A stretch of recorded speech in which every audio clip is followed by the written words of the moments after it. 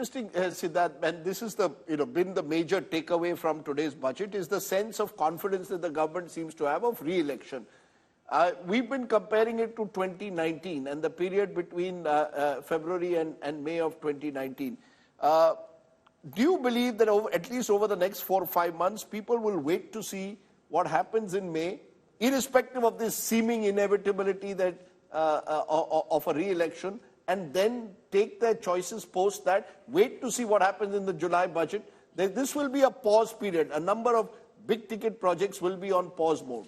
Just as our general budgets have become lesser in the overall framework and size and scale of the Indian economy, I think budgets and their relevance politically has also decreased. Look at this government's decision-making strategy. There was an import duty cut that had to be done, was done 24 hours before budget. So budgets' relative importance in that sense is different. Of course, it is as the government of India's balance sheet grows, the numbers will become bigger, debate will have to exist. But the broader point, Rajdeep, as far as the politics and the comparison with 2019 is concerned, the Sea Water Consumer Survey, one of the most startling points there, and that was featured all across our group since yesterday, is the fact that despite the pain of inflation, optimism remains and trust on Prime Minister Modi and his guarantees, implicit and otherwise, remains at the highest level. And if you were to compare this interim budget with interim budget announcements during, for example, Finance Minister P. Chidambaram's era,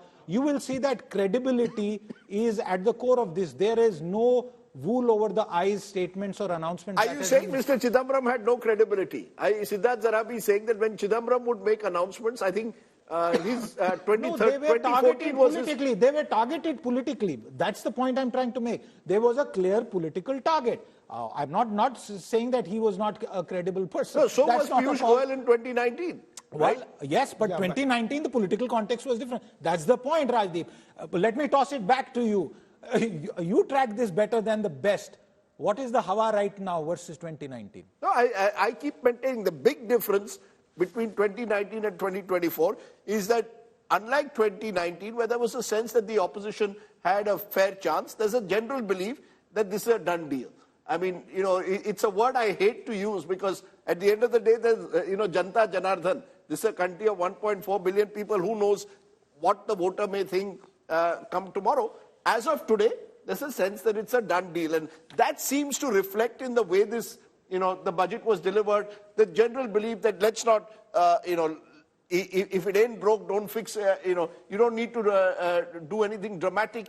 That, to my mind, has driven the overall sense of this government. Rahul Kamal said this, and I added another D to it. Davos, the mood on India was fantastic, fastest growing. Davos is not a general election. This Davos factor has to stop. Let me add to that. And then he said, from Davos to devotion, covering the Ram Temple Pran Pratishtha. And today when we cover the deficit that the Modi government, the roadmap that is unveiled, there are 3 Ds, Davos, devotion and deficit, and the government scoring and India scoring very highly on all 3. Okay, but you're learning from the Modi way of doing things, telling us the 3 Ds. But Davos doesn't decide a general election. They might like to believe that they can decide what happens in a general election. Neither do the men in suits decide general elections in this country. Every foreign investor that I spoke with had only good words to say on record, and I know you'll ask me even off record, Rajdeep. So there is clearly no doubt that as far as the world is concerned,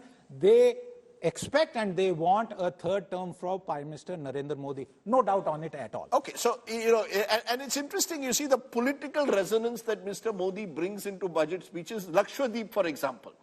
To specifically mention it, give a sort of pump up to his own visit to Lakshadweep a few weeks ago and say that it's going to become a tourist hub. That is, I believe... Are you saying that it was a poke in the eye towards another island? No. You see whether it is that we are going to focus on the eastern part of the country.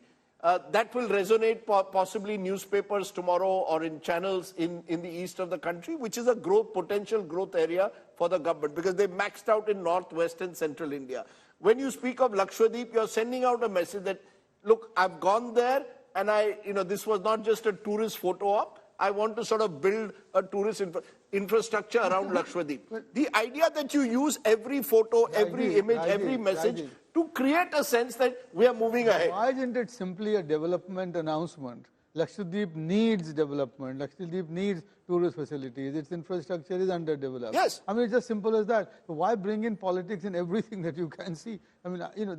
No, in the sense I told you about. No, in the sense that Lakshadweep has probably come into a budget speech for the first time. But that's it's good. come in a few weeks. It's good. It's come in a few weeks after the Prime Minister went. So to build these connects. And even the eastern region, as I explained to you earlier, that's where the concentration of the poverty is.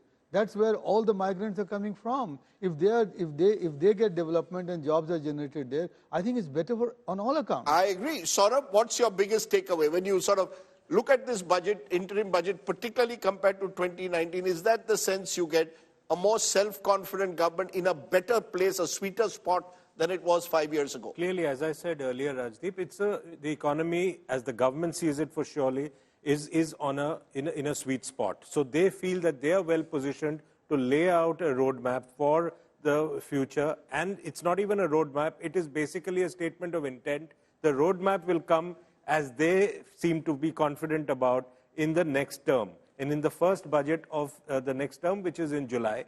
So it is, in a sense, in their minds, of course, it's a done deal. They do believe that it's a continuum in that sense. So whether it is 2019 and 2024, and then after the elections, it is a continuing, and okay. It's important in that sense. Can I just throw one word, the word count, and India Today has been doing that.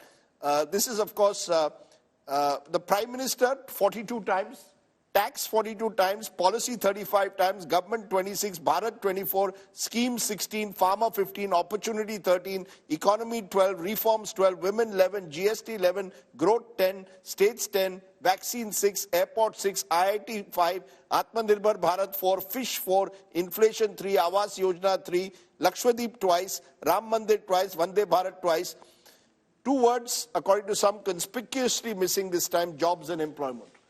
But Prime Minister at the Prime Minister 42 times. Yes. Rajdeep, I just have quick some numbers that you asked me about, Chidambaram. 2014, 35,000 crore off the line, below the table, outside the budget, oil marketing and fertilizer subsidy.